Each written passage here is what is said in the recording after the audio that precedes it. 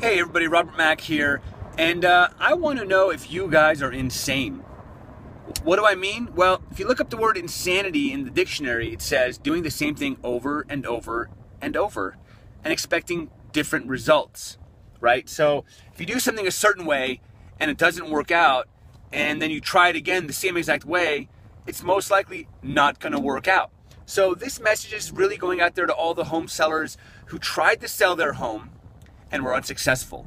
And what we call that is an expired listing. You hired an agent, you hired a brokerage for a certain amount of time, whether it's 3 months, whether it's 4 months, whether it's 6 months, whether it's a year.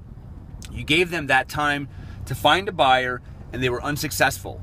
Eventually what happens is the listing expires, your agreement and contract expires, and now you're gonna get a whole bunch of phone calls from a whole bunch of different realtors saying, hey, I'm the best person for the job. Give me 10 or 15 minutes to show you how I market properties and help you sell for top dollar in the shortest amount of time. It's a script. Everybody uses it. That's the way they get their foot in the door. Now, am I saying that's a bad strategy to open up your door to different agents and get a second opinion? Absolutely not.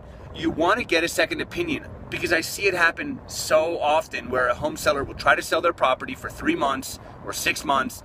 They'll be unsuccessful. They'll relist a property with the same pictures and the same agent and the same information and the same terms. Yet they expect different results.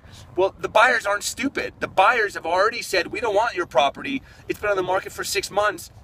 What would make you think that the buyers would suddenly want your property now when you haven't changed your strategy? So the message in short today is, if you're a home seller and you've tried to sell your home and it didn't work with your current agent, you may want to consider interviewing 2 or 3 other agents and hearing what they have to say. Whether you search on Google, whether you go on Zillow, whether you ask a friend, whether you ask a colleague, whatever the case may be, get a couple other realtors in there and ask them, what would you do differently, so that you can figure out where you can make your adjustments and your tweaks to get your home sold in the time frame that you need it sold.